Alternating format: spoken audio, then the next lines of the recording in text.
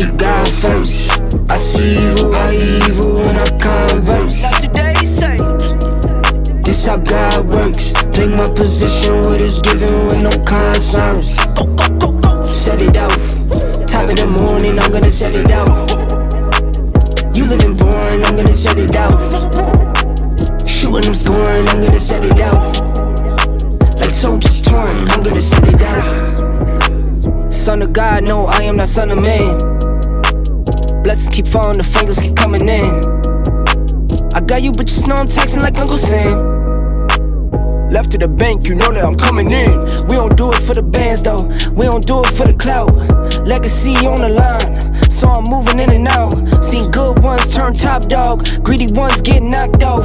I keep looking at the bench like I could never not ball. Coach keep me in the game, Curry deadly with the range. I keep looking in the mirror like, who is he? I'm insane. Who am I? He insane. Guess I am the one to blame. What's done is done, won't change. Time to live up to my name. Real will be real, fake gon' fall. Took time with this here, I'm made for a while. No sleep in the while, I won't fall. No sleep in the while, I want it all. I keep God first. I see evil, when I converse. Not today, say. This how God works. Play my position, what is given with no concerns. Go, go, go, go. Set it off. Top of the morning, I'm gonna set it off. You living boring, I'm gonna set it off. Shooting, I'm scoring, I'm gonna set it off. Like soldiers torn, I'm gonna set it off. Told my baby, meet me at the bank. Told my mama, I'ma break the trend. Locked in, I'ma change the weight. Working for my baby's kids. Hard times couldn't make the rent. Working hard, couldn't save a cent. Lonely nights, just me and God. Swear to him, always made the ends. Grab a paper, see the news. Hate coming by the tools. Walk a mile in my shoes. Something you can never do. Got my back against the wall. Bet I always pull through. Who are you? Who are you? Who are you? Who are you? Sending shots, I block 'em. Superman with the moves. Rock 'em, sock 'em, drop, pop 'em.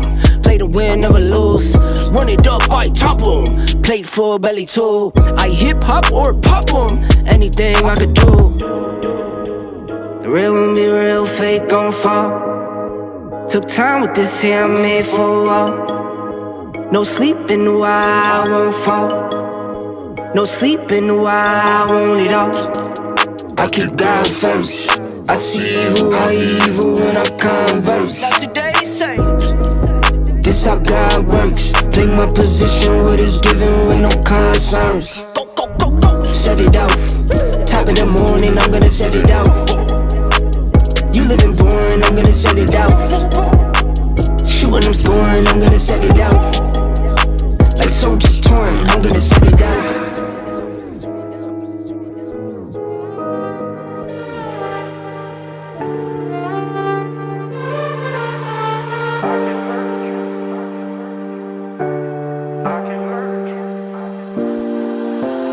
I can hurt you like you hurt me too, me too. We're letting go, rip it up, we're letting go, rip it up. I can hurt you like you hurt me too, me too. We're letting go, rip it up, we're letting go, rip it up.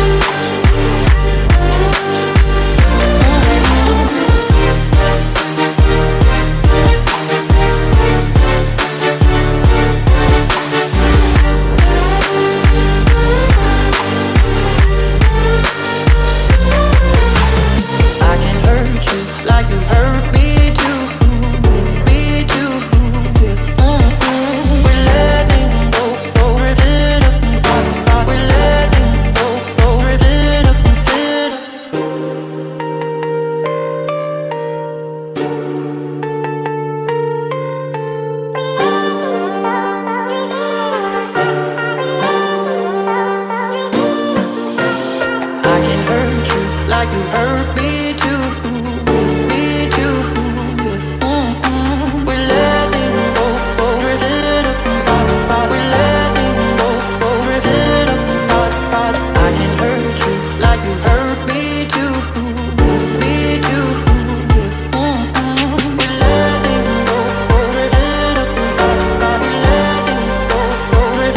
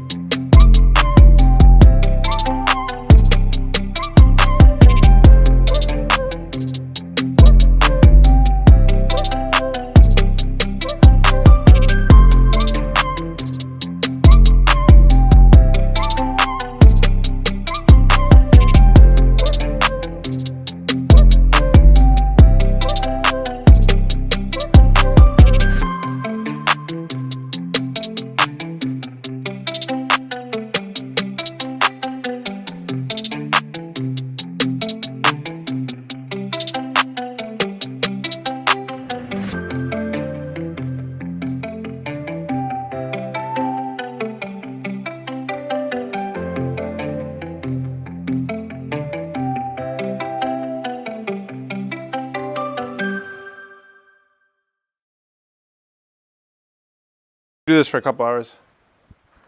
And we are live. Isa no Kuroy here today. Hello. So, Okay, yeah, so you do the job. yeah, man. I have to loss this yangona. You lost your mango na. You wash my dishes. Huh? Wash your pot, eh? Yeah, you wash my pot. You wash the kai. Good. Good evening, good afternoon, everybody. Welcome back. Welcome to everybody and goodbye to everybody that we met at the airport today. You know what? Yeah. I'm not gonna lie. This technique works not bad. Can people see that? Dude, oh, come on. Are you really showing that to everyone? Okay. Whew, okay. Well, okay. you live in a house with a bunch of people, and you know every once in a while things go missing. So right up before this, so we're drinking kava today, ladies and gentlemen. Kava is a root in Fiji. Then we pound, we dry it, and then we pound it, and it turns out to like this powder, right? Usually, when you mix it in water, you have a nice cloth, right? But in jungly fashion, we have no cloth, but we have this New World bag. So that is the headline for today. This live is I bleached it. sponsored by It's New clean. World. Yeah. New World. So this is free marketing for New World.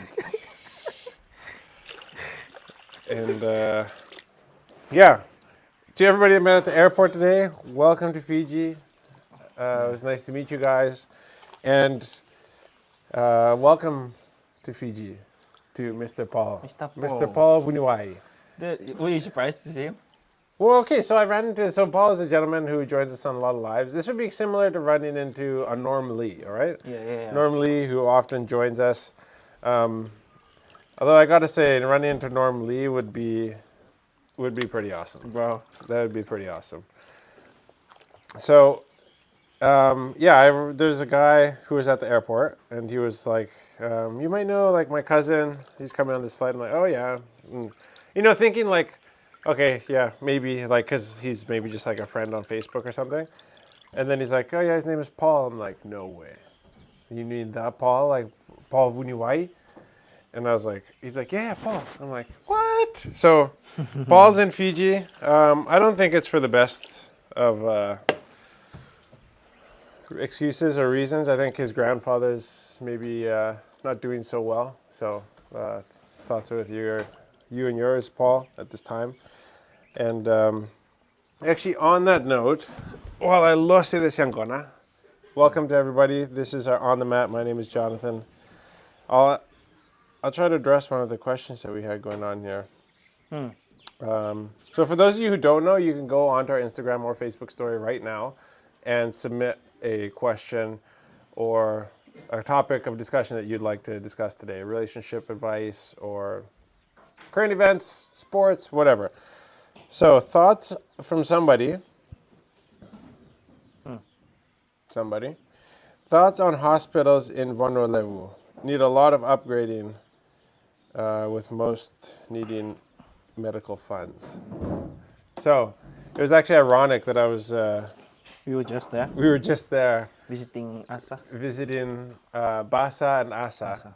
The one is the main sign and one is the hospital sign for the Lambasa Hospital, as you might so predict. So we had a fun time with that. You guys will see that on a vlog soon, and probably a reel.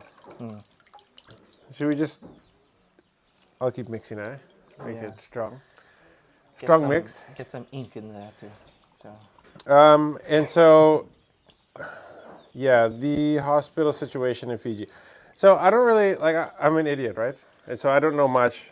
But what I do know, and I stated this at a kind of like a WHO convention, I guess you could say, that was held in Subsabu, right? Mm-hmm. This is when we did the live from my friend's veranda several weeks ago.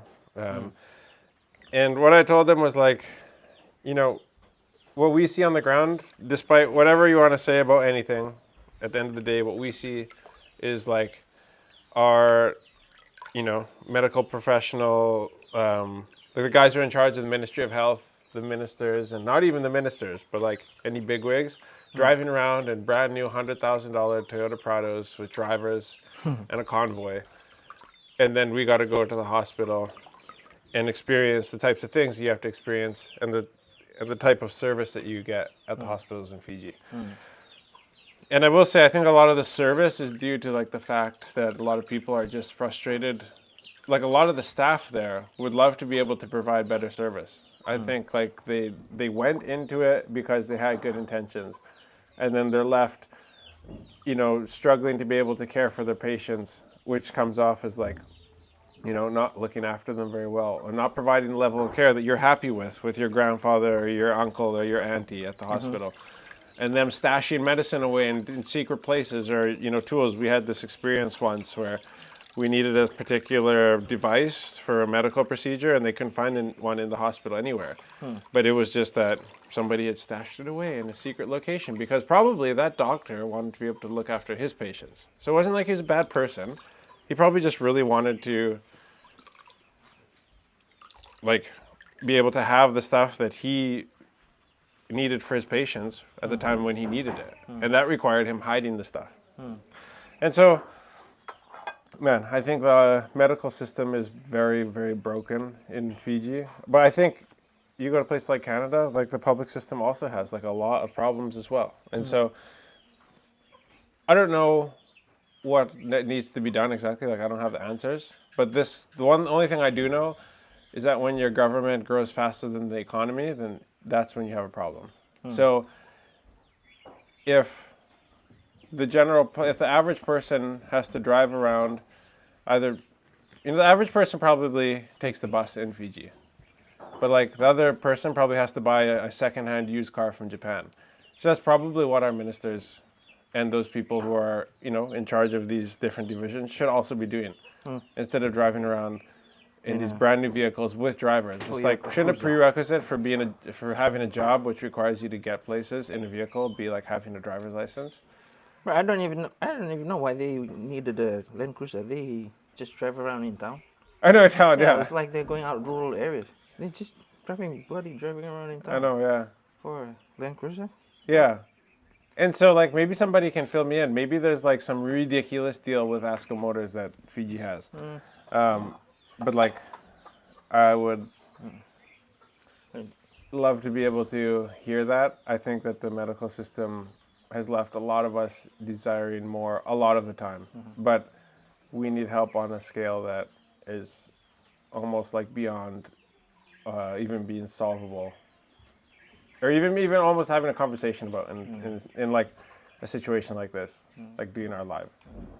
I don't know. All right, introduce Okay, our guest for today.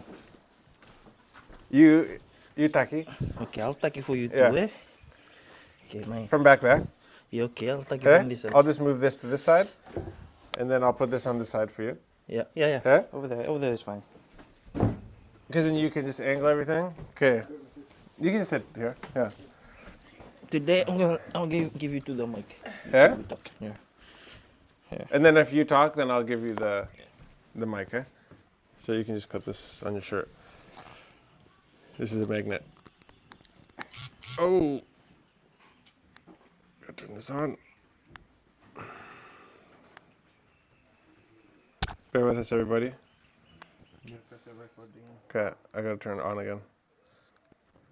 And record. There you go. It's from inside, right? Okay. Mic check, can everybody hear? Just put the magnet inside your shirt. If it's working, the mic. Just turn it off. Check. Yeah, everyone, it's just like give a one or Or thumbs up in the thumbs chat. up if Check. Mic John's check. mic One. is working. Yeah. So, everybody, I would like to introduce you to my dad. He arrived yesterday from Canada. They're going to be visiting for about 5 to 6 weeks, and so he'll be joining us on some of the lives. I mean, he might not be on every live, but yeah, on the Friday ones, these are fun because we get to sit around, hang out. It's kind of end of the week. Our follow-up discussions for what we did this week and kind of the news that was going around. Current affairs, what you guys want to talk about. And so, yeah, welcome. Thank you. Thank you for welcome to Fiji. Welcome back home. Thank you. It's great to be here. Bula. Bulare. Okay. Yeah.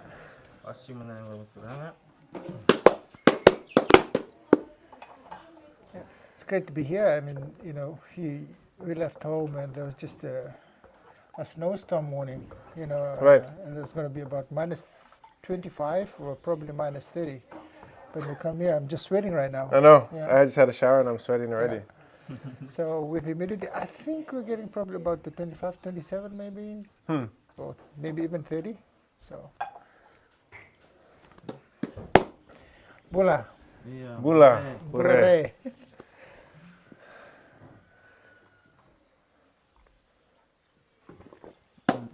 Mala. Nothing like Mama Singa grog, Singa kaba. Sangani kawa. Oh, Sangani. Cripple everything. Dangerous. All right. So I'll probably Bula. Bulare. Bula, everybody. Happy Friday. Be smart out there, kids.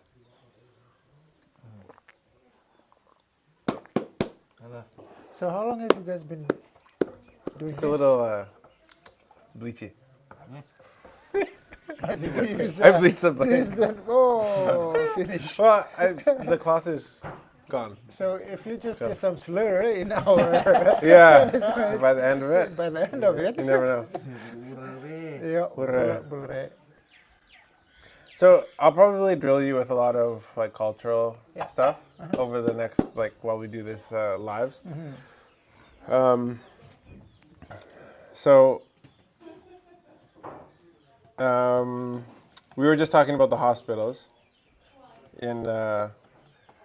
What is your perspective of the healthcare in Fiji? Well, I was just saying. I said to everybody, like, it needs a lot of attention, and there are things that make us ask questions, like people drive around in brand new vehicles, Right. but like there's a lot of broken healthcare systems all around the world. Yeah. But something does need to happen, right? Yeah. I've even back home in Canada, those guys, I mean, even ministerial and also, premiers, I believe that they drive their own vehicles. They don't have any special drivers, right? So those are the basically the presidents of the province, the Yeah. governors, as they would say in the states, the Right. governors of the Yeah, state. yeah. We have premiers of our province. And even MPs, like when Randy Horbeck comes, he's a member of parliament, right? Like from where we come from. And he just drives to church by himself. He drives to these meetings by himself. He doesn't have a driver. So, yeah. With healthcare wise, I don't know. It's just hard to compare probably with, because the advance of The healthcare there? Yeah, healthcare there. Right. But like I heard from somebody that even at the CWM hospital, and guys, when we're talking about this stuff, I don't mean like we're not trying to trash the healthcare workers right now, because like I said, I think that they do the majority. Of course, you have some bad apples in the bunch. Like there's always Right. people who are just Yeah. there for the paycheck and they don't care about the patients. But those Right. people also Right. exist in every country, in Oh, every healthcare absolutely. system. Absolutely. Yeah. Everybody, I think, the majority of people are trying their best with what they have. But one thing that I heard, that goes for nurses and doctors down to the janitors, right up to the people who run the hospitals. Yeah. I'm sure everybody's trying the best with the situation that they have. Yeah. But like I heard from somebody like at CWM hospital, like when it was kind of new, or like when it was first built, whenever that was, like the people, like the nurses were actually like in starched uniforms with like like their hats and nursing everything, and it was hats. clean, Yeah, yeah, like yeah. super Yeah, clean. nursing hat. And they said, Yeah. man, it's just gone totally Yeah. downhill. I think it's the same thing happening back home. Mom is a nurse, right? Yeah, right. And, yeah, my mom is a nurse. Yeah, and she's really frustrated, even just now, how things are not really taken care of. I mean, whether So it's slack? janitorial wise and things like that. It's not. So it's in that perspective. I think it's. I mean, we are basically, Yeah, the same. Yeah. Right? And even just, grandma is in the hospital now, and they're just different people, personals that comes in. Also, they're so different as well. yeah. Some are there really just for their paycheck. And that's every workplace, right? Yeah. I think ultimately, like, I think it comes down to the leadership. And I think, like, at the end of the day, like, it's up to the people who are in leadership roles Yeah. to own the Oh, state absolutely. of their Yeah. like, look, They have to make the you call, ran right? for election, like that's as an official who sits in parliament in Yeah. Fiji, like you are elected by the people. So therefore, by default, you adopt the problems from your predecessor, the person who came before you. Whether it's your fault or not, you don't Mm-hmm. Right. get to say that anymore. Right. Like you are Exactly. dealing with what you're dealing with. Yeah.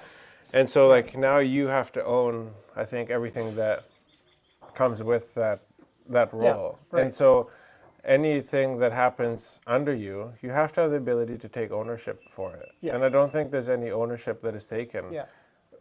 or very little in most departments. Like our district officer in Sianganga, Dema, I don't know what her last name is though, but she's actually awesome.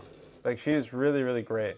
She cares about her district in Sianganga. Right. She is frustrated because she's always overburdened with the amount of paperwork and processing that has to be done on her end, which cripples her from just being able to do what she wants to do. And so she is a person who eventually becomes the minister or like a district or a full-on like divisional, like superintendent or something like that.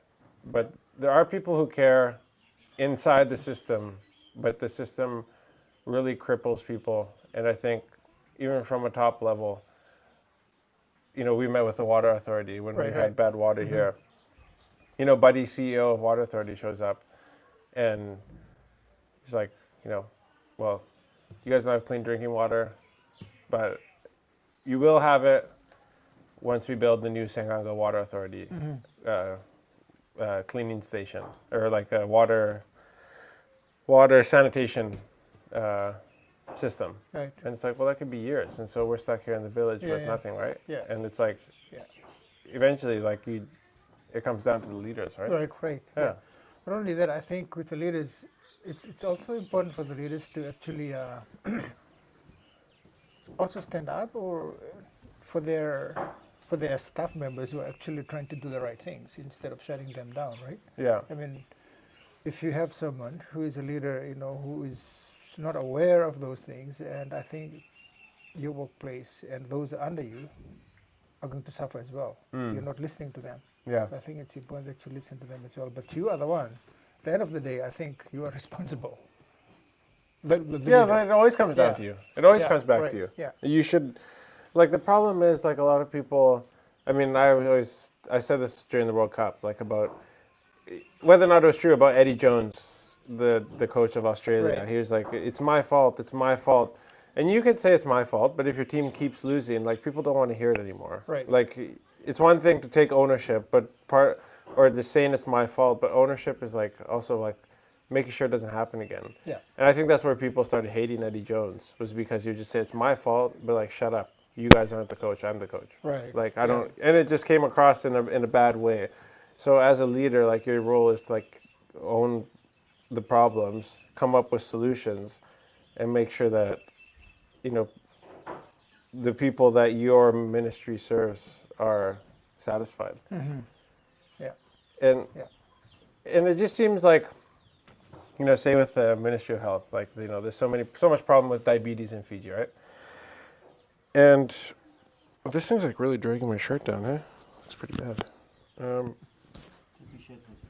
Just a meeting with the WHO was like, there's a big problem with diabetes, and like it doesn't take much. It doesn't take a genius to figure out that, like, you have a problem with,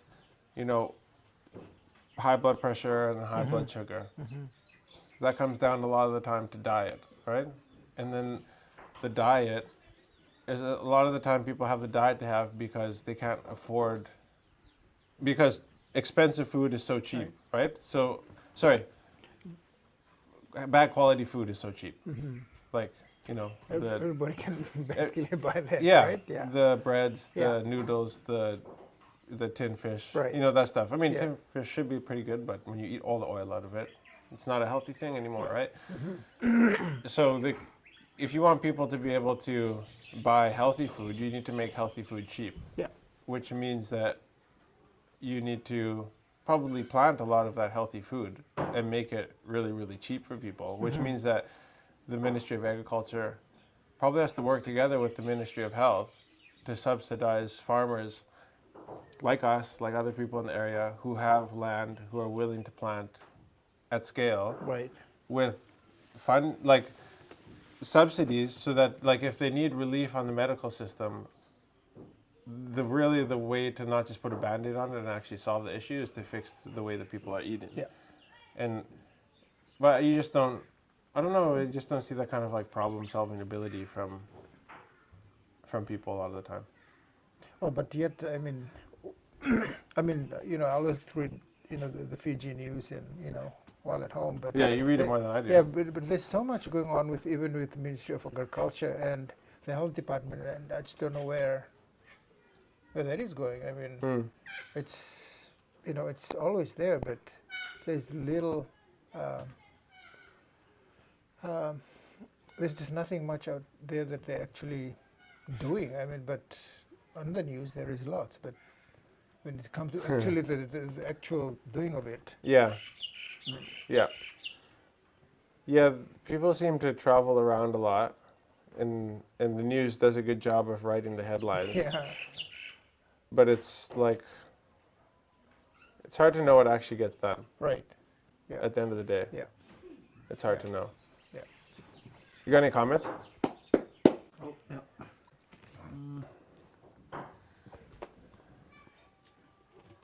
Thank you guys for joining. By the way, my name is Jonathan. This is On the Mat. We do this every Monday and Friday. And this is my dad, Vili.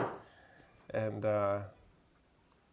we're just going to be having a casual conversation about all the things that we talk about and all the questions that you guys have. So the purpose of the lives is so that you guys can actually interact with us.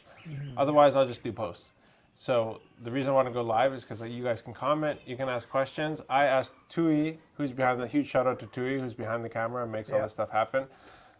He can relay the messages to me that you guys are sending, and I can like answer them in real time.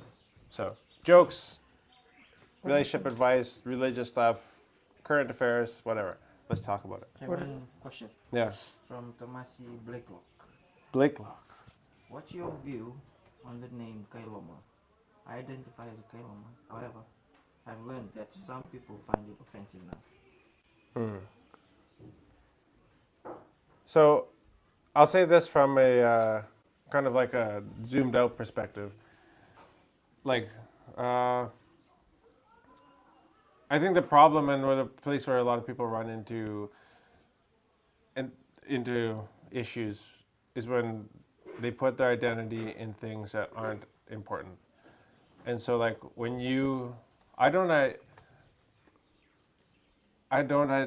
and I think it's because maybe I've processed this through my whole life, and because I maybe been an area of hurt and something that I've had to like figure out.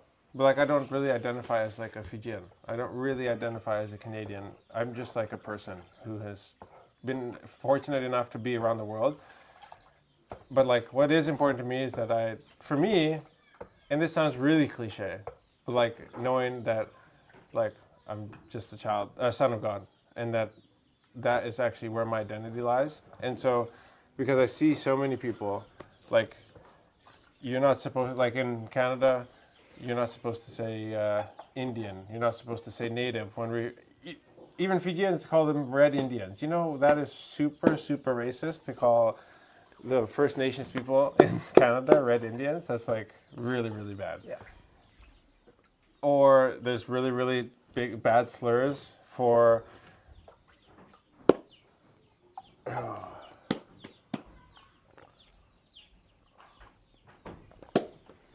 Black Americans, right? Right. Like, Yeah. you know, even some people find African American to be, and then so that they identify, when your identity can be offended because of the way that somebody calls you, when it's not meaning to be like something that's rude, I think that's where you run into issues with like, I personally feel offended because like I either do or don't identify with that word. So like, but maybe I'm a unique situation because I've like disassociated myself with like any and all races because I just found it doesn't do much good. Right. It just doesn't it just like otherwise you end up having to defend your race and your culture, and you end up having to, you know, like try not to be offended in the way people speak all the time. Right. Because you know, like sometimes people will say something about Fijian culture, and I'm like, you're like, oh, dude, you can't say that, man. That's so rude and like insensitive. But if they're not meaning it, like, but Kailoma, do you know what is the origin of that word, of the Not name really. Kailoma? No, I don't. What is the meaning of it? Like, I mean, literally. Kailoma, well, It doesn't make sense. yeah. Loma is in the middle. Yes. Yeah. So it's like you're in the middle, in between like European and Fijian. So yeah, in this context, right? In this context. Yeah, in this context. Yeah. Yeah. So you're not fully not European, fully you're Fijian, not fully European. So in the So middle. Right. yeah.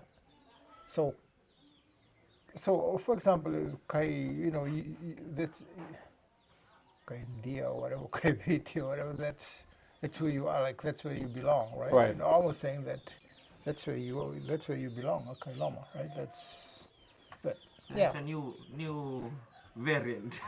What? Kailoma? No, because like Kai Viti, you know. And like, It's the Kailoma newest is one. like- Yeah, right. Yeah. So, But I don't- I mean, with all this. so maybe you Tui. Alright. I mean, okay, maybe you can. For those people who don't know, Yeah. who in Fiji is referred to as Kailoma usually? Like who would typically be a Kailoma person? So it'll be the part Europeans, right? Okay. Is it? Yeah. Okay. Yeah. So half, Fijian and, for example, your dad is Fijian and your mom is an European. So when, the siblings are called Kailoma. Right. Yeah. So, but to my feeling or like my not understanding, but I have never identified as Kailoma. Because like I always thought it's like Kailoma is something that's like it takes like a couple generations of people to be a Kailoma. Like I've thought about like you're talking about the Simpson family, the Haynes family, those like Yeah, right, you think of I think of Kailomas a lot of the time is like in the sub area, but there's also here in Navindamu side. There's Right, also right. the to me the like the original. Maybe it is just I think of them as the original like people who came here to Fiji from Europe, but to farming copra. That's my like or my like. I'm not saying it's right, but just like my default is like, oh, they must be one of the original Vanuatu copra families. Even the Steiner family that we go diving with in Nukumbati, like their origins are German? No. yeah German and Swedish, I think. Okay. Yeah.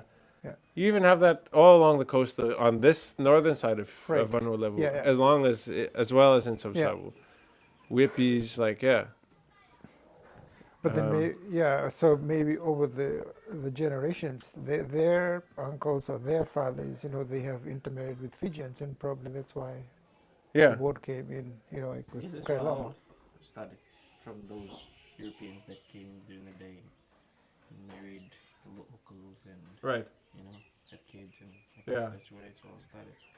So when I grew up, even your dad, we've been hearing this word, and I was like, Yeah. oh, they identify with this guy. Okay. Kailoma is just another term in Fiji for a different race, different races. Different race. Yeah. Like mix of Yeah, mix different of- race. Yeah. But like there's also Kailoma people who have Fijian father and or like Fijian father and Fijian mother. But like maybe the dad's grandfather was a part European. And they still consider Kailoma, right?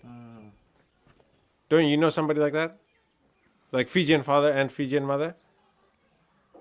You know what I'm talking about. Yeah, in I guess in Subsavu. Yeah. Yeah, Walter and them.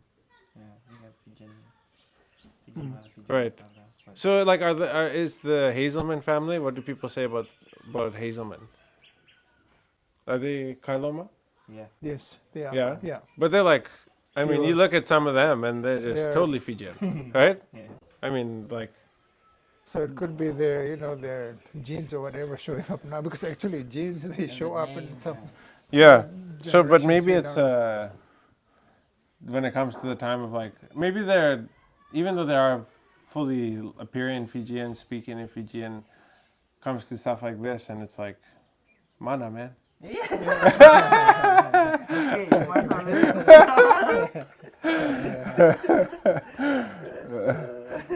I think it's Yeah, important. from the early European settlers who intermarried. Right. Yeah. Yeah. What are you gonna say? No, I'm just saying as a parent, right? Right, As, yeah. coming from a parent's perspective, like, mom, is Canadian, I'm a Fijian. Right, yeah. And I just, that thing has never really come up into my mind at all, about you guys. Like that we're Kailoma. Yeah. Right, You're right. always Right. part of us.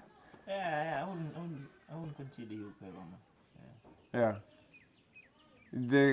I think actually people are more they would be more akin to call me half caste than Kailoma. Because I'm actually half. I feel like Kailoma actually has like more roots in Fiji, more generational like history. Like half caste, I mean, I guess if I Just 50-50. because I am a half Half-breed. half breed. Yeah. Hybrid. You're a hybrid. Hybrid. Oh.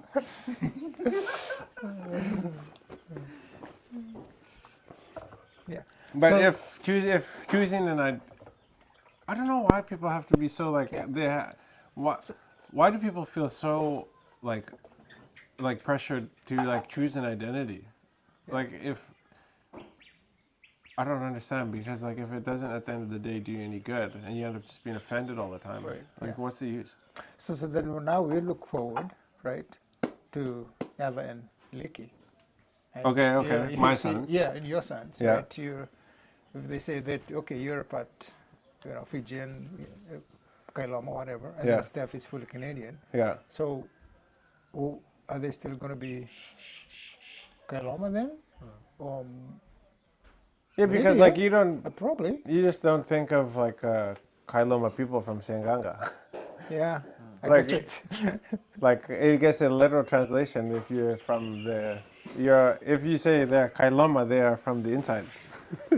not you're describing the location, not their origins. But yeah, because the thing about them is like if we continue on this trajectory and spending, the majority of their lives in Fiji, or this is where the influence is from, yeah. then like they will grow up more Fijian than I will be. Like or I grew up. Yeah. So they will actually be where I'm half Fijian. They'll be quarter Fijian, But they right? Because only one of the 4 grandparents is Fijian for them. But for me, both of my grandparents, 2 of my grandparents were fully Fijian, which makes me Right. half. You see what I'm saying? Yeah. Yeah. And so, like, even though they are going to be half the Fijian blood that I have, they will actually end up being more Fijian. Fijian, if you want to say Right. it that way, than I am.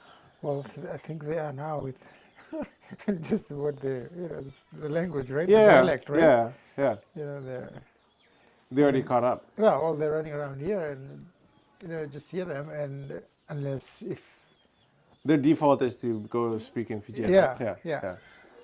and when they're around with his kids, it's hard to differentiate too. I mean, maybe for you guys, okay, because you hear them every time, but when they're sitting together with Fijian boys, Yeah. and they're Talanoa. Oh, so you were looking after them today? Yeah. Were they sitting Yeah. there with the kids?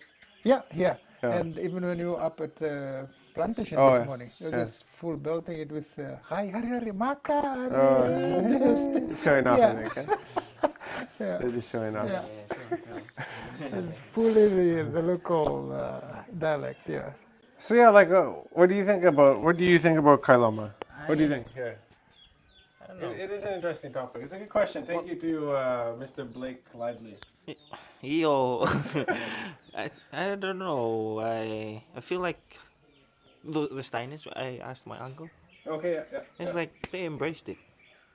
They're like, yeah, because that's why we identify as we accepted that we're not like fully Fijian. Yeah. You hear him talk. He's Yeah. Fijian. Yeah. But when he talks, bro, he's like full Fijian. Then some Fijians will So- like, really okay, yeah. But the way I see it, like okay, with you, right? I don't see you as like half like Kailama, okay, because your dad's a Fijian, Right. so you are in fact a full-blooded, like Itoke Fijian. Right. If it's the other way around, if it was your mom, and then that would be okay. Staff. Nah, she's a Canadian. Don't bring her here. yeah. Like I see that because your dad is Fijian, full blood Fijian, and of course you are. Right. Yeah. So you, From the if father I, side. yeah. Some people, yeah, for those who like the mother side, then they would feel any less, because they don't feel like they belong, even though Yeah. they, Right. With yeah, the whole culture. even if thing. they are written Because of the to their patriarchy. mom. Yeah. Right. Yeah. Or patriarchal society. Right, yeah, right. yeah. But yeah, it goes back to like what Levan was saying. I feel like that term is from the early Europeans who intermarried back in the days. Yeah, yeah. Like what? Like, do you guys think? Dude, you see that? You wanted to go inside my mouth. Man, It's rainy season. I taste his legs. Do you guys think that the term Kailoma can be applied to like a new generation of people? So like for me, like I was born in 1992. Can I, like, because I associate Kailoma with like almost like this isn't the right way to describe it, but like almost like I don't deserve to be called a Kailoma because there's families who actually are Kailoma in Fiji. Like it's a term that like they have because they're actually like part of Fiji's like modern history. Like because the families that came and established themselves, you know, along the coast and integrated with the you know, the Fijians on the coastal. It feels like no, Kailoma can't be started in the 1990s. In the 90s, No. Kailoma is like from like the early 1900s. Right. Like if a Fijian like today marries a Canadian or a American, and they have kids in 2024, like those kids are not Kailoma. It's like Kailoma is finished. Like you can't start being Kailoma right now. What do you think? Yeah. See it this way, because they're Europeans, they marry the indigenous people, so they're called Kailoma. Right. So like with dad and mom, if you were to go in Canada, then you probably be the Kailoma there. Because he's coming in. Right. I don't know if that makes sense. Yeah. And like people you've settled there, kids, because the way the real Canadians will see you, you're not really a Really Canadian. fully Canadian. Oh, who's the Kailoma now? Yeah. Oh yeah. I'm a Kailoma everywhere, maybe. But even with that, I probably too will know this too. But in the time of Ratu Sekam Sisimara, even with election time, the Kailomas, what were they called? They had their own constituency. They have their own representative. Oh really? In Parliament. And I think that's where Mick Bedos came in too, and those guys. Why do I know that name? Was he an announcer or something? No, he was a parliamentarian. Oh. Yeah. So there was actually a communal seat for the Kailomas to be represented in Parliament. Really? Yeah.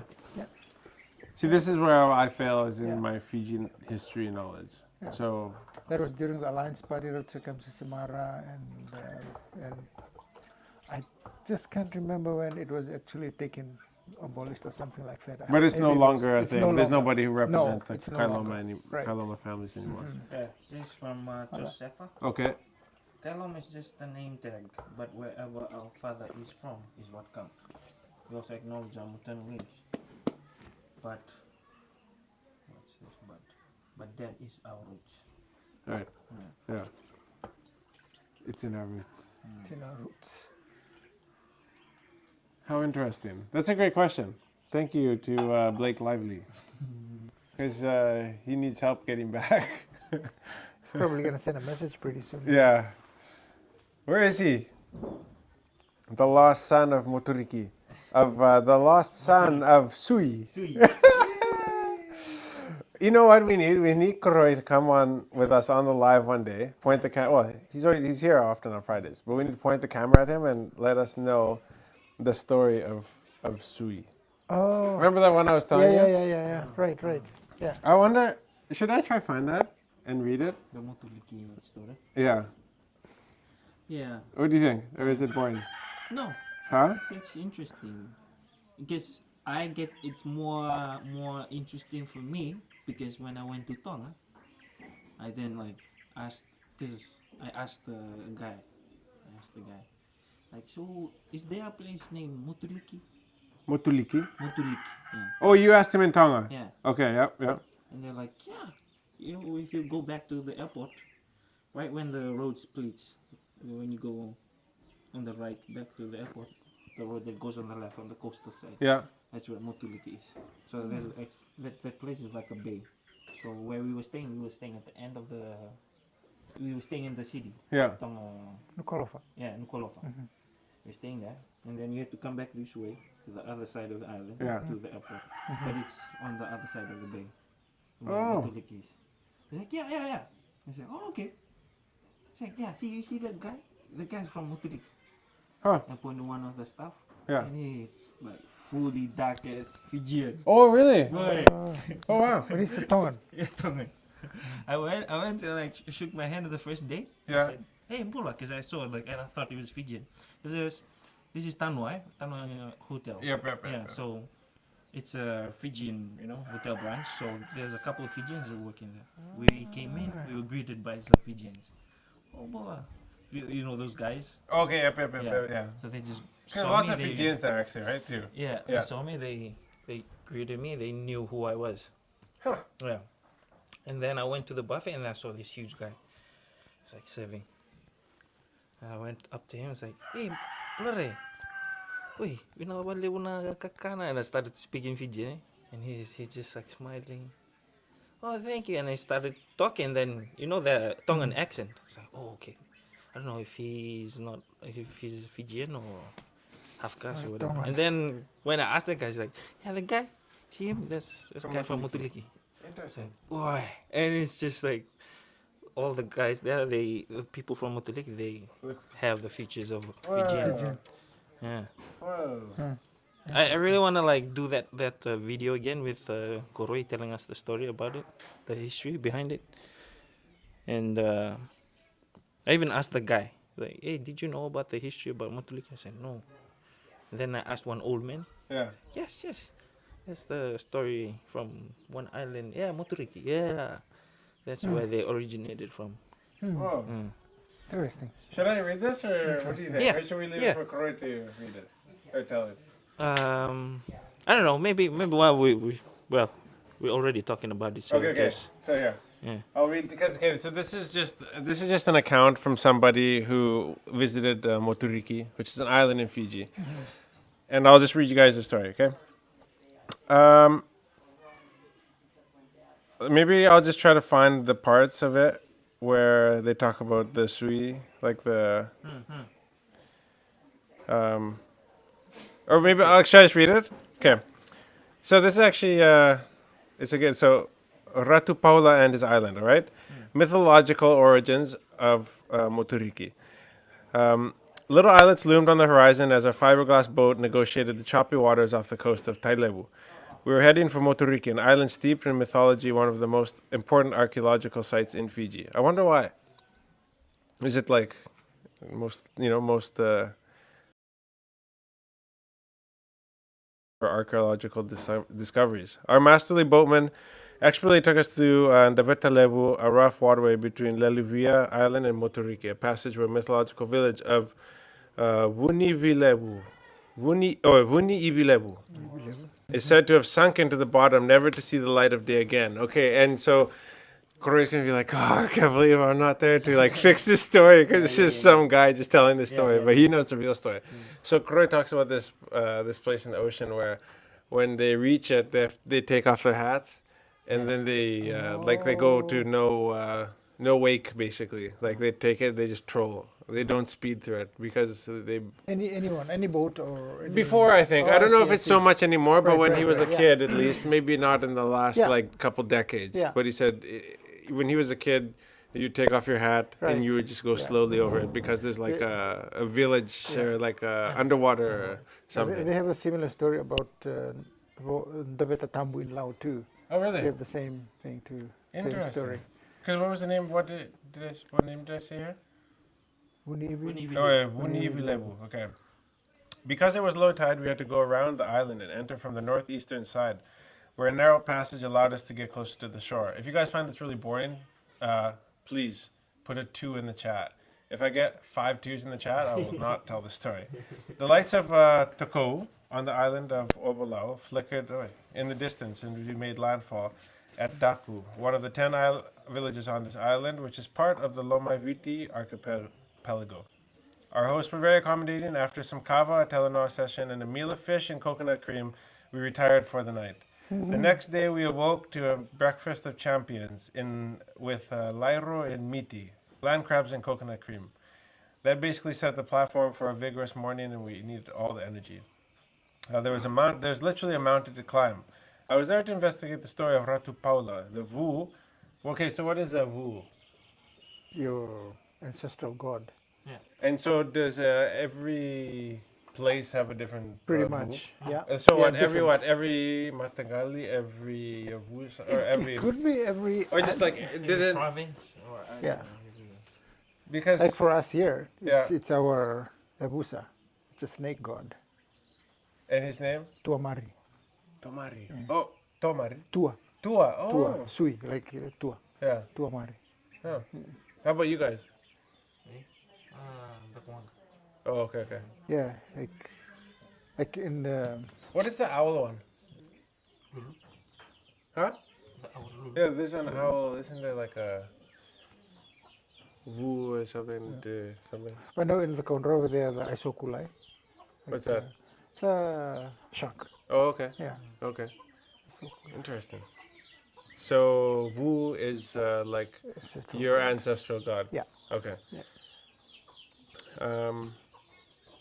We got lots of twos in the But- chat. Lots of twos. Yeah. What, two? Yeah. People want me to shut up about this. No. Okay. All right. Anybody got any question or anything? Everyone's listening. Okay. I'm gonna keep going there then.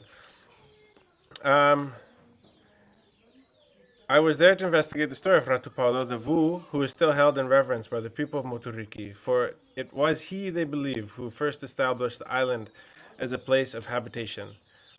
I was also accompanying two men. All right, that part's not important. I'll just skip down here. I had to get to Naidambe, yeah, sorry. Oh, he just misspelled it. Which is the village closest to Ndaku facing Obalau. We got to the village after walking along a white sandy beach and then veering inland through the coconut groves and even more dense growth before emerging at Naidambe. The Naidambe principal chief, Ratu William Ndonu, later explained to us that Ratu Paula, so that's the Vu, was the son of Andi Mbui Sabulu, the daughter of Lutu Nasombasomba, the principal mythological figure who supposedly led the first inhabitants of the Fiji group. Right. So I've heard this name, Lutu Nasombasomba. That's like... Okay, so that's... All over Fiji, everybody knows about Lutu Nasombasomba. Lutu Nasombasomba. Pretty Like, much. he's like the original Yeah. father of our... Of our Fiji. of us. Of us, yeah. Believed to have come from Africa. Tanganyika Yeah. Yeah, or somewhere there. Yeah. I don't know. There's pictures, eh? Yes. Yeah. We have a picture Yeah. back in the Paradise Resort of him. Oi. Like big, huge dreadlock. He was believed to be tall, like he.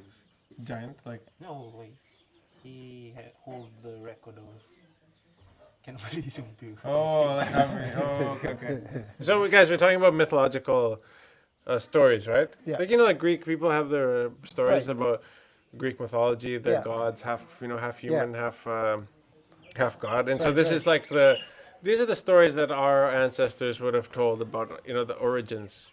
People didn't have Call of Duty and Facebook and Instagram, so they would sit around and they would eat each other and tell these awesome stories, right? Pretty much. Okay. According to Ratu Williame, the young man, one of the two sons, was ostracized by his peers at Mbureta on Ovalau because of his handsome features and physical capabilities, outdoing them in manly sports like Veitinga. Waiting. What is that? That's an old traditional. It's a game, eh? Yeah. Yeah. Vimbi. Limbi. You know what? I don't know the You know, English. if you go to the bush here, like with big vines and then they're really hard shells, and you open it, it's black. Oh, the black shell. Yeah, yeah, that's a yeah. vimbi. Like Oh. to toss it on the Yeah. river. And Skip it. Yeah. So with waiting, they actually use a stick on it, Okay. and it has a handle. So I think they. javelin Yeah. style. So they throw that seed. Yeah, and I don't know if there's a competition. Like I don't know the full. Oh. Yeah. Okay. So. Veitinga. Okay.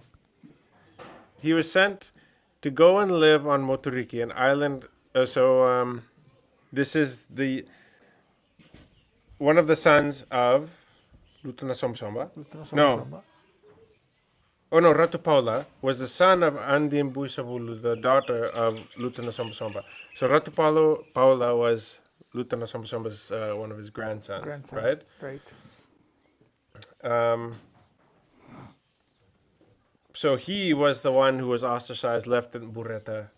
He was sent to go and live on Moturiki, an island covering an area of 10.4 square kilometers.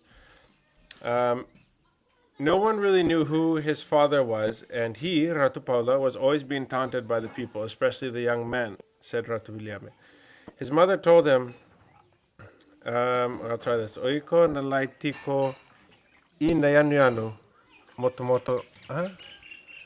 Oiko na laitiko I nayanu motomoto ya. You shall go and live on that sharp-looking island over there. Oh yeah, Oh, yeah. moto yeah. Moto is shut. Oh, yeah. Ratu Williame said this was essentially the origin of the name Moturiki. Oh, Motomoto? Moturiki? Okay. We're getting there. The young chief left Mburete with his entourage of cooks, fishermen, warriors, and servants, crossing the strait to Moturiki. So he was ditched because he was so handsome and so good looking, but he was made fun of by the young men over there. It doesn't make sense, eh? Maybe they're jealous. Or what? Yeah. Jealous? The entourage had initially tried to establish a village on the coast of Ovalau, but this attempt failed. That is why that particular place is now called Korosengasenga. That's funny. That's Fail. failed to make the village. Korosengasenga. On arriving on the island, he made a landing at the place now referred to as Naidambedambe, and which makes sense. So, what is the meaning of Naidambedambe? Like that's the place where they came up to, right? Yes. Yeah, yes, came yeah. up. Yeah. Or the landing place? No, Naidambedambe, or- coming up to, I think that's what it is, Lambe Lambe. So, coming up to, like, Okay, Lambe means you're approaching. right. Yeah, he'll be approaching, so.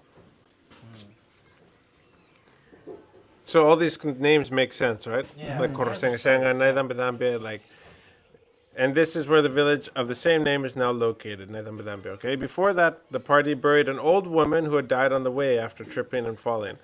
This is a funny story because, like, Obalau and Moturiki are like very close, to the point where Koroi said they can actually cross to one When another it's on a low tide. Low tide.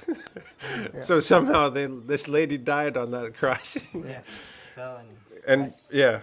So The Zambe there's actually two part of the two. Zambe means Zambe, you could also, like Zambe means you get out of the water or Get out of the water, yeah. right? Wait, like So- when you like bath in the river. Okay, Zambe. Yeah. My Zambe. So maybe probably that's because they were crossing. crossing, They and were she like, fell. that's their Yeah. lambe, where they, So maybe that's Where what they it get out is. of the water. Yeah. to the land. Okay. All right. Shoot, I lost the story. Wait, let me find my place again.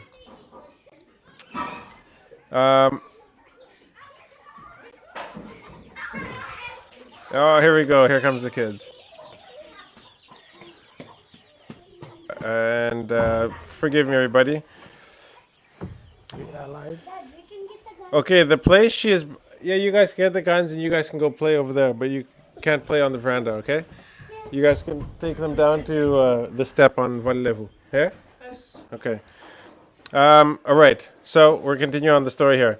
The place she is buried at, an island with a mangrove swamp close to Naidambedambe village, which is adjacent to Yanuda Lailai and Yanuda Lebu, that also forms part of Moturiki. Hey! I said go take them out over there, please. By Take the the steps, bag. please. Take the bag. Sheva, take the bag. You should be very, very direct with kids. Kids are the best teacher for how to run a business. You have to be very clear instructions. Give them very clear instructions. Hi, Liki. All right, you gonna listen to this story? Okay, before that, the party buried an old woman who had died on the way after tripping and falling. Oh, I already read that. Okay, important discoveries of Moturiki include the earliest lapida sites of Fiji, as well as the oldest human skeleton found in Fiji. In 2003, archaeologists discovered and excavated a lapida site at Naitambale, close to the southern end of the island. Okay, Ratu Williame further explained that Ratu Paula was not the first to settle the island, as there was already two Tongans. Oh. Yeah. A father and a son who were devoured by a large dog that lived in a cave there. Yeah. Right? This is where it's getting interesting. According to one of the elders in Nasavuki, which is the nearest village to Natambidambe, their ancestors, who they believe originated from the mythological village of Wunivilevu, which is that sunken village in the ocean, arrived on the island around the same time as the Tongans. This elder said, "We are from Wunivilevu. When the village sank to the bottom of the sea, a few survivors drifted with the current, but 3 managed to make it on land on Moturiki, 2 brothers and their sister. There was a dispute amongst the brothers when their sister got pregnant, as they started blaming each other for it, like one of the brothers had slept with the sister. The sister had passed by the cave where the young Tongan's bones had lain, and she somehow got impregnated by the bones." By the bone. So this is how the young man who the woman gave birth to would be called Sui, which is bone. Yeah. Yet the tale of Ratupala's special relationship with sea creatures that live in the seas around the island formed the essence of Moturiki's mythology. We all know that once in a while, Vivili, Ndabui, Oh yeah. Kuita, and Ngari, the mud crabs, make the journey up through a waterway up the mountain to represent themselves to Ratupaula, said Ratuviliame. And Koroi talks about this. He talked about it. They would go up. Go all the way up, eh? And then they shed their shells or something, and they come back down, right? Or okay. something along those lines. Like hibernate or something. Yeah. Okay. You'll be lucky if you catch them, all these creatures, octopus Right. and crabs and stuff, on their way up the mountain. But if they are turning back to the sea after presenting themselves on the mountain, don't bother catching them, because they'll be virtually empty inside. Yeah. Like he ate Yeah. the insides, or whatever, the flesh. Yeah. The shell. Right. Shells empty. And so this is... Shells. So a lot of this stuff is actually true when you have like spawn sites, like for different things. Like in Canada, they have like salmon, right? Salmon will run up the rivers into places like they would run up into the tank. Like they would run up the river, up to the stream, follow the pipe. If they were born inside our village tank, they would come back to the tank to give birth to the next children. And then they would make their last journey back to the sea. But when they make their last journey back to the sea, they're almost like dead. And so like this kind of like story, it actually makes sense. Like they go there, they spawn or whatever, and they come back and they're empty. Yeah. You know? So No good for eating. yeah, no good for eating, like you're saying, right? We neared the base to the mountain called Vovo, the summit, which stands a limestone rock face and an uncanny resemblance of a man's face when looked from a distance. Ratupala was always looking for a good place to rest, and when he went up to Vovo, he eventually turned into stone, said Raratambu. We left him at Ntamedambe as we made our way to see the large rock that is shaped in the form of a man's face, and who the locals believe represent Ratupaula. Nadambedambe and Nasabuki were virtually empty, as many of the villagers, particularly the menfolk, had left to attend a funeral on the other side of the island at Uluimbao. Oh man, it knocked me out of here again. Oh, there we go.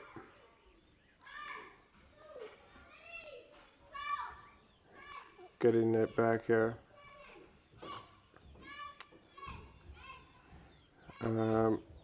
Vovo said Ratuviliame was named as such after Ratupaula. On reaching the top of the mountain and examining other islands and regions that had already been settled from this high point, explained Sa Vovo, or this is enough for me. Yeah? According to Raratambu, villagers are still finding things on the mountain that perplex them, including shells. Not long ago, someone found a bundle of kava roots that some individual had obviously presented. It seems as if people these days are still looking for extraordinary Right, powers, right, like right. Yeah. witchcraft. Yeah, or whatever, witchcraft right? and things like that. Yeah. Yeah. He said that the people of Motoriku once owned nearby Liluhui Island, but in the olden days they gave it to the people of Mbao to use for harvesting coconuts.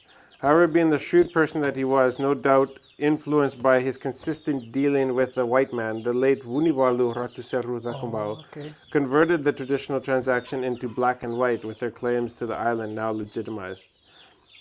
After admiring the view of nearby Ovalau Island, we returned to Ndaku village. Um, what else? So okay. So anyways, Continue the story. yeah, the story kind of goes on, but it's not really important.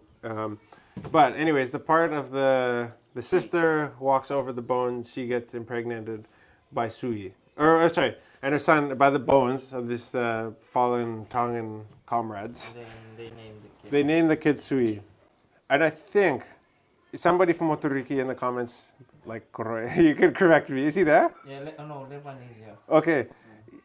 I think she would take him to the ocean every day to wash. Because He didn't have any skin, right? He was like flesh and bones, right? That's why Like it's- Sui, right? Because he didn't have any skin. And then the story goes on that there were some guys who came from Bao, I think, some people to like challenge him. The chief of Mbao, Yeah. he didn't like Oh yeah. all the people in there. I think yeah, that's what. Okay, you can correct me, Leban, yeah. But like, what Kore is saying that he told everyone not to like to fires. Oh, to Yeah, light fire. Light fires. Oh, I light see. fires. And then the Sui, the son, always asked the mother, it's like, Right. why are we to, no, Right. you shouldn't. Because if you light it up, it'll attract the enemies and they will come here. Yeah. Right. That's right. That's right. So they eventually lit a fire.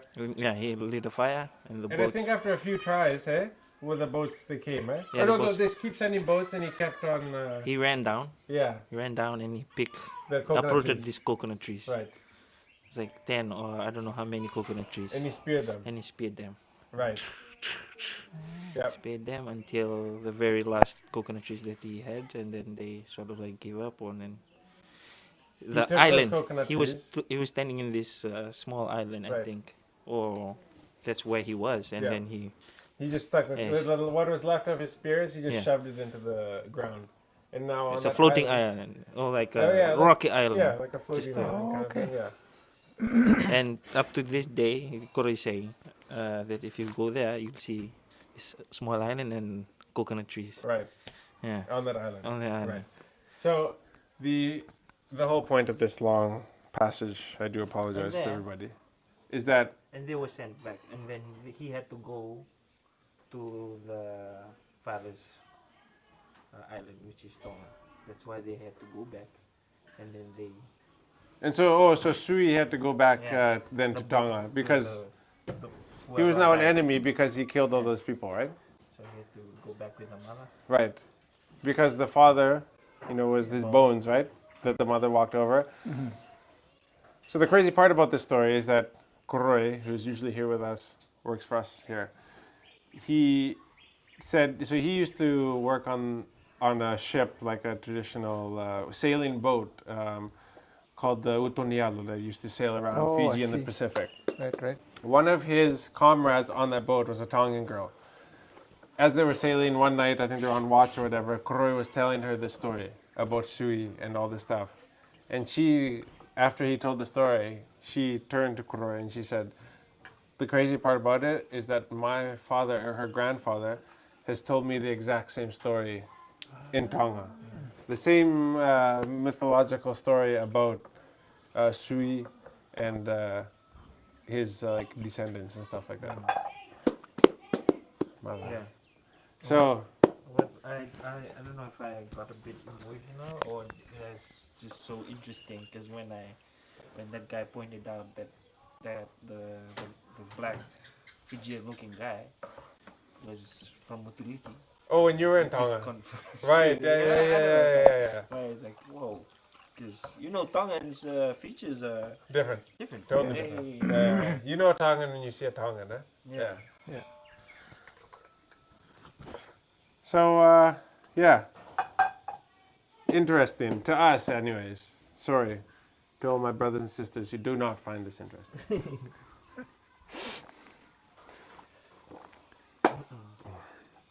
So, yeah. What do No, you... interestingly enough, with with ancestral gods, it's not really, even these days, back then it was a big thing, right? Even for us here, in our Tamani Buddha, if our first, if we go out and dig walliams when it's time to dig walliams, the first yam that you dig, you throw it in the river. That Oh, was really? told by all my grandpa and my dad. And they would do it. Yeah, we would even do it. Oh, really? Because the snake god is there to eat. Distance myself. So 'cause Oh, the really? snake god will come and eat it, and if you don't, then there'll be no more.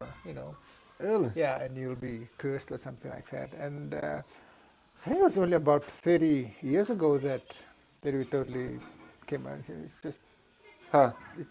it's not true anymore. Yeah. Yeah, yeah. So we stopped doing it. We don't do it anymore. I guess if you actively exercise it, then it will be true to you. I think. Yeah, well, I think a lot of these things is like a placebo effect. Like we have confirmation bias, to if we stop doing something like this, then like the next season, say it rains a lot or it's really hot sun or drought, and you go and there's no wild dam, you're thinking, whoa, that's because last year I didn't do that thing in the river, even though it might not actually be related to, have nothing to do with what you did. And I know that are a lot of like Hindu people as well. They have lots of Yeah, they do. superstition like that. Like, Yeah. you think, and I apologize. Like, I can only speak from like the history that I know or have, but I would love to sit down with one of my friends who's Hindu, because like they actually have some very interesting beliefs as well. And you think that Fijian people, like we have lots of like Witchcraft. like not witchcraft even, but like believe in like all this different ancestral, gods and stuff like that. Man, they have a whole nother, when it comes to superstitious stuff, hey? Yeah. There's a whole nother, they have way more. Yeah. And so, Latest stats, it says India, they have more than 3 million gods. yeah, So they must. yeah. Yeah. But You have some really good friends who are Hindu, and they run up against it. They're asking questions right now, and like, why is there so many gods? And like, all this stuff. I mean, it's good to question everything, right? I believe question everything. Don't take anything for what it is. It appears at face value, because actually questioning things helps you find the answers, and whether that's in faith or whether that's in relationships or business or whatever. But we still have lots of yam around here, even though we have been doing it. Yeah, Remember last plenty. year? Was it last year? Yeah, But but 2 years maybe ago. Dakuanga is sleeping, eh? Yeah. Resting. But I've seen that, and I don't know if I choose to believe it, but I've seen that it is still true to some people. Right. Like, okay, my experience in Tabini. Yeah. Kena sokul, eh? Uh, Yeah. I was with my friend. She's the granddaughter of Tuidakau. Okay. Great granddaughter, I think. Yeah. And so she was working in the resort I was working at. Oh, Yeah. this one. I came in and everyone was like, treated everybody equally, but she was like the only one that everybody's like, Right. I think we have to, we have to shift this camera. oh, come on, dude. Dude, every time. There's Tui. And so I was like, I started questioning, like, hey, who's this lady, eh? Right. And then they said, oh no, this is the granddaughter of Tuidakau. Oh, Ralambalau. Oh, okay. And then I just went to her and I greeted myself, because when I first arrived in Tevini, my dad told me to do my sebu-sebu to Tuidakau. It just, the protocol, and knowing that I came from my side of my family, Oh, I just did it because so you went to him? yeah, I went to see the Rocco there. Yeah. The Rocco took me to his son because he wasn't there. Oh, okay. Yeah. So I did my sebu, everything. Okay. Start working there, and I told her, hey, I went to do my. Oh, okay, hi. I started explaining my side, so we were kind of related in a way. Yeah. Yeah. And so we always go down swimming, and then, but she never goes down to swim. There's one time, it's like, why isn't she going down? And I asked her one day, hey, why aren't you like Going swimming. joining?" Yeah. You know our dive boat is huge, like aluminum boat, and it's like has a hollow in it. It's a catamaran. Yeah. Okay. Yeah, that's what you call it. Anyways. There's a hole in the middle. Yeah. Yo, Lu. It's like, yeah. Okay, you just take a snorkel and you look down. That's all she said. It's like, look down, it show this big shark. Yeah. It's just staying under this boat. I was like, came as quickly as I can. It's like, yeah, that shark will be here until I leave from here. And I don't want to go in because I had a little bit of dispute with his father, with her father. Oh. They had a bit of problem, Right, eh? and she doesn't want to go to the sea because of that. Up until one day we finally went in swimming, and she's like, "If you see it, just stay close to me, just relax." The rest of my stuff, they were like swimming just like further away from her, while me and her was just swimming together. And I saw this thing, it was like, boy. So why did she choose to swim? Oh well, when I saw her jump in, I was like, "Hey, is everything okay back home?" "Yeah, I went to do my service and what? I'm okay now." Oh, wow. And we always see it until the day she left from the resort, and didn't see it anymore. The sharks. Just Oh. one shark.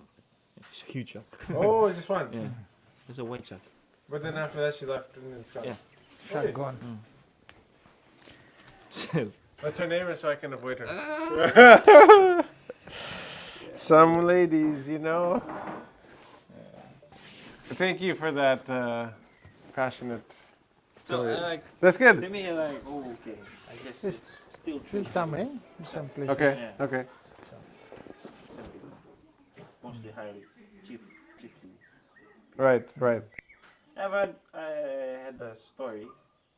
Well, this was just early on when the Utunyalo came to Boa, Yeah. and then waktu in Buramakutu, he went in the Utunyalo, and like the rain was just going around the Utunyalo, and it didn't even rain on it. Oh, yeah. And there was sharks following the Utunyalo. Huh. Until he got off again, and then What do you think of this stuff? I was like, Well, I think, you know, it really depends on people, right? I mean, they still, I mean, when you believe something, I mean, it's real for you, right? You know, it's real for you. You Yeah. know, and I think, like, you know, if they believe that and all those things, I think it's still real for them, that they'll still see it. You know? But, like, for me, you know, like I said, you know, I mean, we no longer practice that now. You know, we had a few church, whatever they call the Vivaks Sabataki or cleaning or whatever, you know, Yeah. church services, you know, and we decided that it's not, we don't need that anymore. Yeah. So basically we came away from it. Yeah. Uncle Jubilisi, Dubulolo, he was really the one that really spearheaded all these things, and he just said, there's no more snake. God, Yeah, and right. stuff like that. So, yeah, I agree. Just like what I was saying. I guess in some places, if right? you choose to still believe it, it will be true or real to you. Yeah, Yeah. yeah. But like I said, I mean, even now, you know, for how many years now, we haven't been doing that, but they still Yeah, live right exactly. beside the river. You know, you go in Exactly. and dig big ones and just take it home. First for us, we acknowledge, right, that it's our history. It was once, I think, but for us as individuals, as we've seen the light, we know who, you know, what is right from wrong, and we're believers of Jesus Christ, Yeah, Yeah. yeah. and that's where our identity It's found. is found. Yeah. So What is yeah, I agree with that. I agree with that.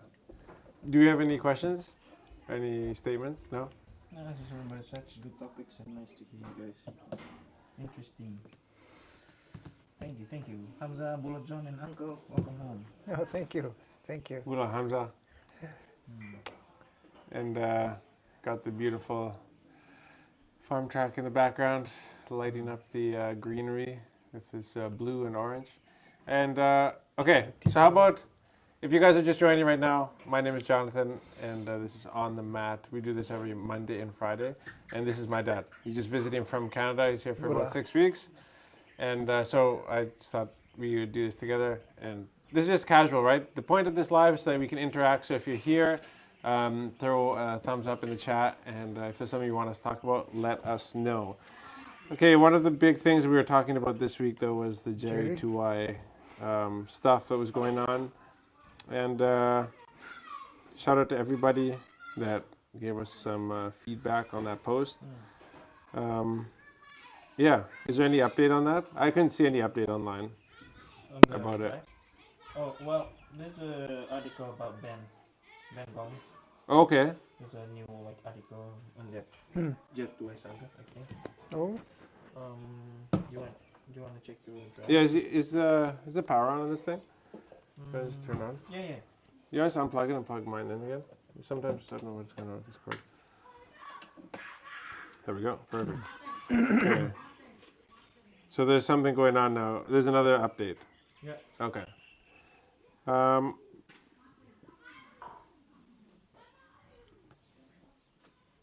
Okay. Yeah, I'll let you wait for mine. Oh, okay. Ben won solid start. So, interesting thing that I didn't know is that Ben Collins hasn't won any tournaments with the Fiji Sevens team, and so that is interesting. Because see, Fiji Sevens has been so successful in the past, in recent history, right?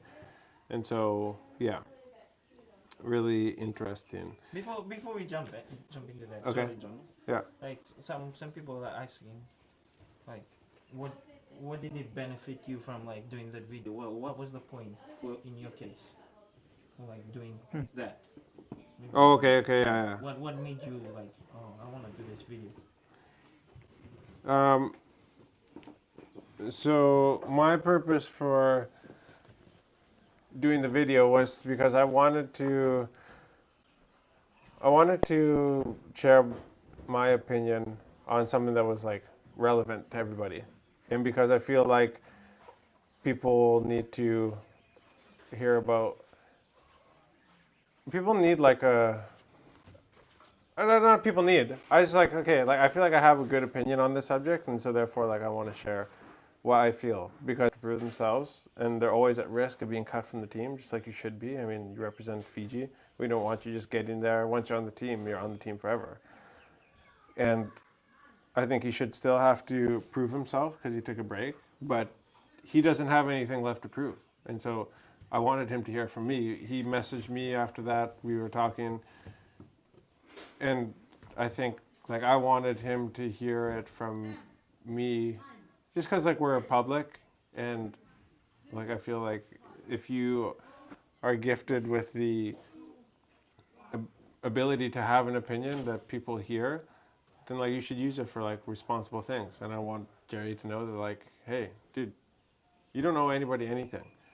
And a lot of the comments are true. Ben Collins is the one who has something to prove. Jerry has already proven it all. He's won 2 Olympic medals, how many Hong Kong Sevens, how many other Sevens tournaments. He has nothing left to prove. right. As a matter of fact, my opinion is that he shouldn't actually come back to the sport. Not because of him, but because I feel like the FRU is not in a place to foster young talent unless the right coach is in place. We see the same thing with Simon Ramalui. Awesome coach at the right time with a FRU that was in shambles, but somehow he brought that 15s team to new levels. And so I feel like you don't want to come back and have your career end on a down. You want your career to end going up. And I think the danger for Jerry is that he's already won the Olympic titles, the gold medals. He's already won all the Sevens tournaments. And so I feel like he should, if he's going to quit, and quitting is within the next 2 to 5 years, quit while he's ahead. It's just not that easy all the time. And that's what people don't understand. It's not just people can quit. He was probably making some money. So that some money might have been what keeps feeding his family. So even though he would love to finish his career on a high, it's not just as easy as I'll finish my career on a high. like he might actually still need that little bit of money that he was making from the FRU. And so that's why I shared my opinion, because it was something relevant and I wanted Jerry to hear me say it publicly. Some things we talk about in private, and some things are like, it's okay to air this out publicly. Like, I didn't talk about, who's this? Like, Tuisova's, like, son who passed away, like, when it was big news. Because, like, I didn't feel like that was appropriate to, like, make headlines and get clicks off of somebody's, like, misery. But, like, something with Jerry, like, we all feel like we get to have an opinion on him. And so I was like, hey, I'll just share my opinion on, like, how I feel like we should feel as fans, and like how Jerry should feel like a reasonable, level-headed fan looks at him and the career that he's had in rugby.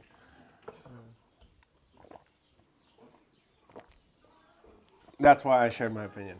I'm still talking about that. Good. I just wanted to. Okay. Right. So, head coach Ben Collins has stressed the importance of a strong beginning with the team holding their first training session of the year on January 1st.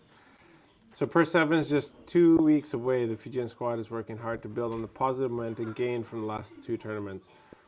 Coach Collins stated the goal is clear, to capitalize on previous successes and deliver a formidable performance at the Perth 7s.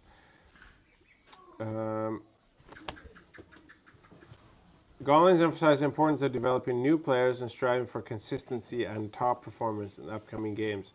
He noted the competitive of the World 7 Series with traditional powerhouses like New Zealand facing challenges and Argentina setting a new standard.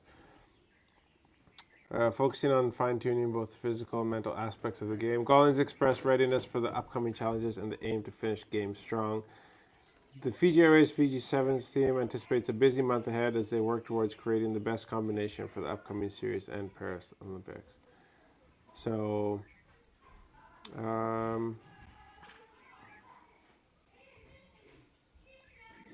yeah.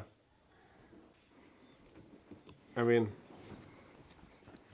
selection has always been an important part of, obviously, any team that competes at the at the 7 Series, right? And usually we've always had that like rock solid playmaker.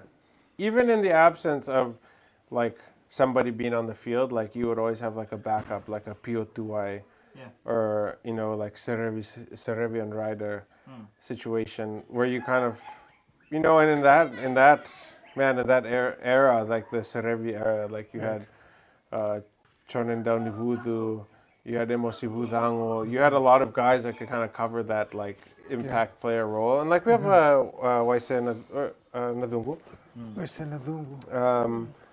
and stuff like that, but yeah, they have played in the shadow of Jerry Tuai, and so it's big boots to fill, and so. Like, there are ebbs and flows. Like, we will not win every gold medal for the rest of history. It's just not realistic. Not with the competition that is had at these tournaments, and not with our population. Like, we don't get to have that forever. And so, when I say ebbs and flows, it's like, we will have good teams, and then we will have not so good teams. But those not so good teams help us, like, learn the lessons we need to. Because, like, Argentina was a good team for a long time. No. And now they're a really good team, so we need to learn how to play against them now, because they're obviously doing something different than they used to. You've been probably studying us. Yeah. What do you think? Well, Serevi was here not long ago, I think, in Fiji, and that was one thing that he said was all these teams are catching up to Fiji now. Yeah. So now they know the standard of our playing. What should we do? So we need to raise that up, because Argentina is catching up. New Zealand and Fiji used to be the champions before. Yeah. But now other countries are catching up to us now. They are playing like us. Yeah. Exactly. So we have to find a way, to up the level. So. Yeah. I totally agree. Yeah, they've probably been watching us, and then they're taking notes from us, right? Yeah. Definitely. So You'll be back in time for the Vancouver. Yes, and I'm not sure if I'm going. I've been there, I think, twice or so. So be in time to listen, probably listen live and go sevens. Yeah, we went together, what, 2 times? Twice? Did we go 2 times? Yeah. Yeah. Yeah. Yeah. So, Any question? Just normally with Oh. fun. Oh, what did he say? Jerry, if at first you don't succeed, tuway again. That's a good one. That's a good one. Levani, vale buti go to my Canada. Bumataw. Bulatao. Yeah, with the sevens, hey? I thought he was gonna give us a. I thought maybe he was gonna be like 2-week stay or 2-week go. If you read the articles though. Okay, wait, I'm gonna go through a couple questions here.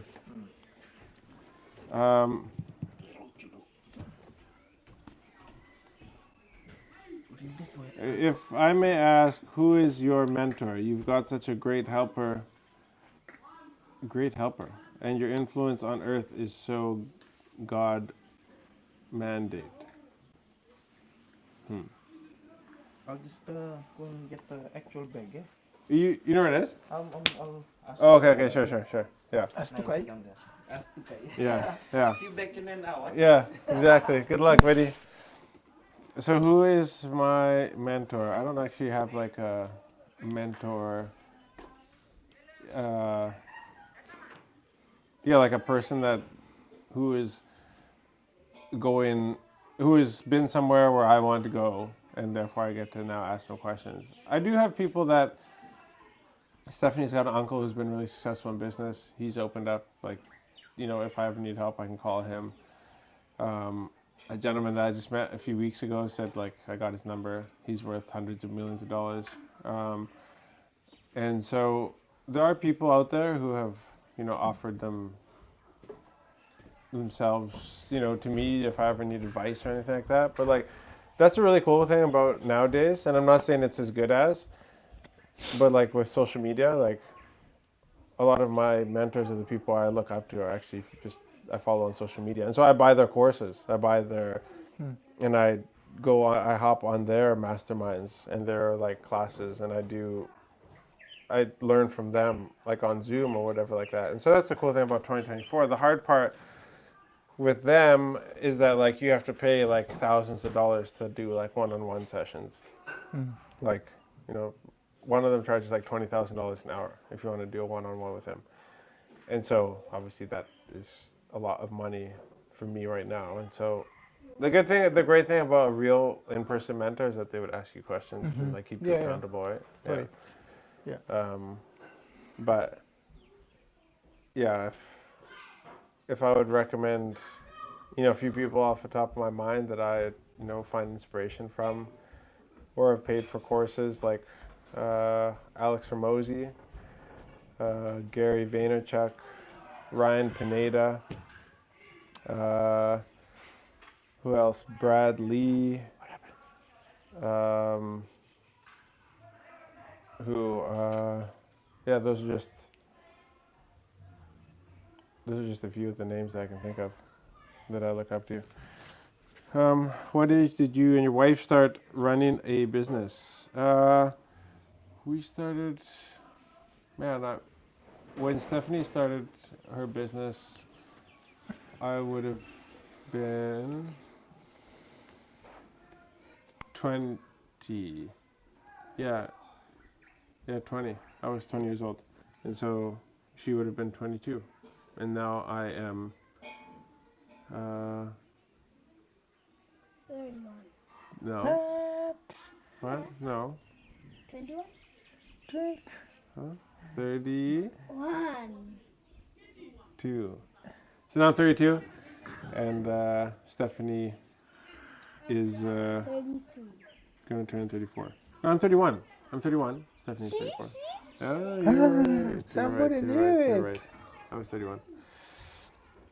So we've been doing this for a few years.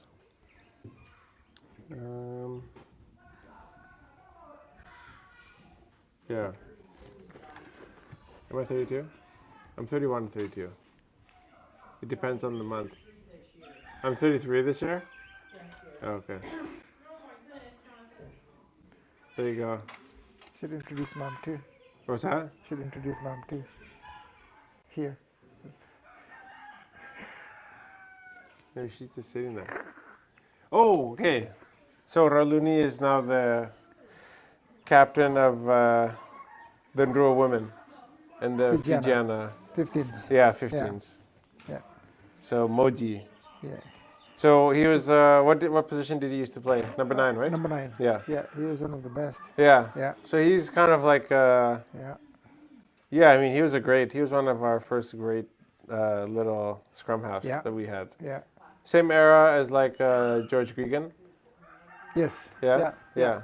Yeah. When Yeah. there was some really, really other good scrum halves Yeah. too in That's right. the Pacific.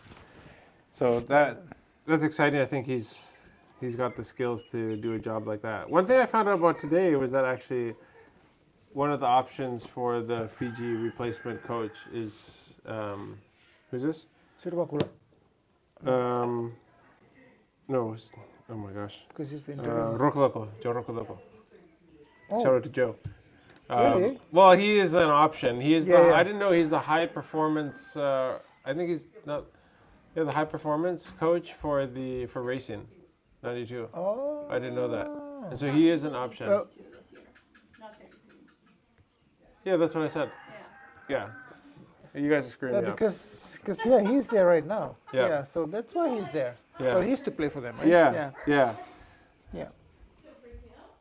So I think that's going to be good. That's going to be good for Fiji and for the Fijiana Drua. And they have a lot to live up to right now. And Simon has moved on, eh? Moved on as a world what? Yeah, now he's I think the elite. World Rugby? Yeah. Something the World Rugby. He's doing something with World Rugby. Yeah.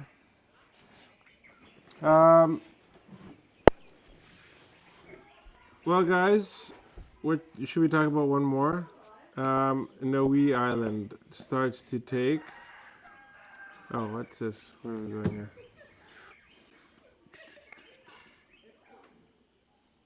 We got Niue Island. So Niue Island, actually, let's talk about Niue Island. So Niue Island is a big kind of development that's happened in Savusavu in recent times, and they're going to be. It's supposed to be the largest port outside of in the Pacific, outside of Auckland, I think. So the largest place where you can pull out a boat. So the size of boat that they can take out of the water at the marina, the new Niue Bay service center, is going to be the largest outside of New Zealand. So people will have the option to come to Fiji and dock their and dry dock their boats for Is that repairs. just super yachts or what? Like Any kind of boats, yeah, yeah. Oh, wow. And up to I think 50 to 100 meter super yachts. Yeah. And so it's been a long time in the process, in the making. There's a lot of people that have been waiting a very long time for this to come. And they've had a rough start, and they need help. So if anybody from Niue is watching this and you guys need help, let me know, because the level of marketing that needs and strategy that needs to be done on that place to be able to bring in the type of clientele that you guys need is extravagant, and I just don't know if they are doing things in the best way possible. But they need to finish building the beach club and getting that place rocking and rolling. And so, but that'll be an exciting thing. I mean, they already brought a couple big super yachts into some Okay. shows. Sometimes you go there and there's a huge Wow. yacht there. Yeah. And that's been good to see. But anyways, guys, I am going to end it there for today. Thank you very much for joining. This is my dad, and this is my son. And my name is Jonathan, and this was On the Mat. And we will see you guys on Monday at 4:30 as well. Thank you very much for You're very joining us. welcome. And Naka. any questions, anything that you guys want to talk about, let us know, message us. We'll put up a story on Monday again so that you guys can respond to the story with anything that you guys want to discuss. And that's it. We love and appreciate you guys. We'll talk to you very, very soon. Peace.